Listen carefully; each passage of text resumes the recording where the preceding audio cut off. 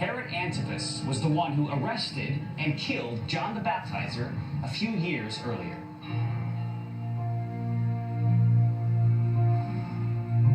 Although Herod Antipas ruled from the region of Galilee, it appears he was visiting Jerusalem in Judea during the Passover festivities. Most likely he was staying at a palatial mansion in the upper city of Jerusalem. When Herod saw Jesus, he was very glad, for he had long desired to see him because he had heard about him, and he was hoping to see some sign done by him. So he questioned him at some length, but he made no answer. The chief priests and the scribes stood by, vehemently accusing him. And Herod, with his soldiers, treated him with contempt and mocked him. Then, arraying him in splendid clothing, he sent him back to Pilate. Luke 23, 8 through 11. So picture the scene. Pilate escorts Jesus from the praetorium through this gate and onto the pavement. He sits at the judgment seat right here and presents Jesus before the crowd of Judeans who had gathered there. As we're about to hear, this is where Pilate makes the case to punish and release Jesus. This is also where we are about to hear the crowd's response of crucify him. Pilate then called together the chief priests and the rulers of the people and said to them, "You brought me this man as one who was misleading the people. And after examining him before you, behold, I do not find this man guilty of any of your charges against him. Neither did Herod, for he sent him back to us. Look, nothing deserving death has been done by him. I will therefore punish and release him." Luke 23, 13 through 16.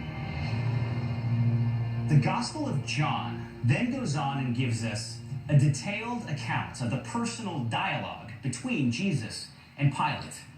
Here again, we see the epic clash of kingdoms as we catch a glimpse of the struggle between these two very different types of empires.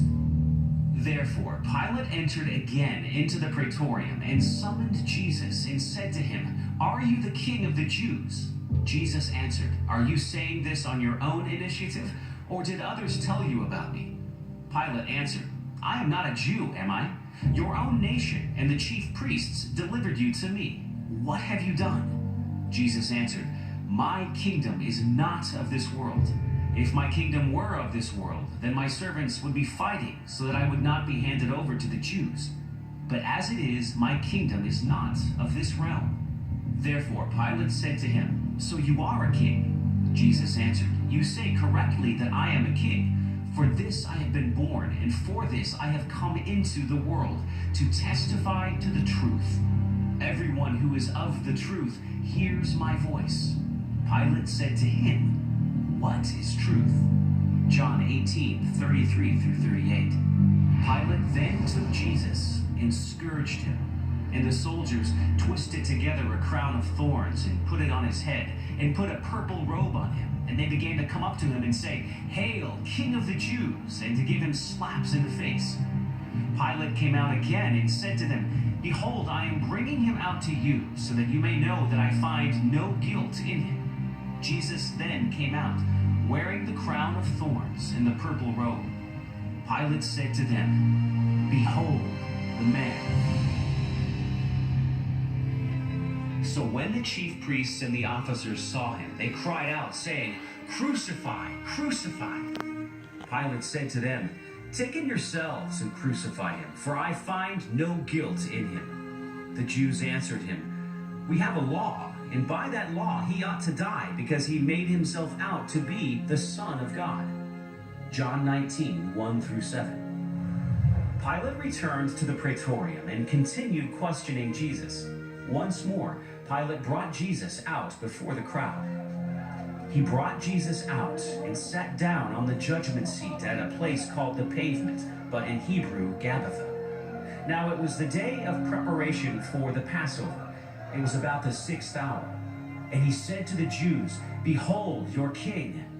So they cried out, "Away with him! Away with him! Crucify him!" Pilate said to them, "Shall I crucify your king?" The chief priests answered, "We have no king but Caesar."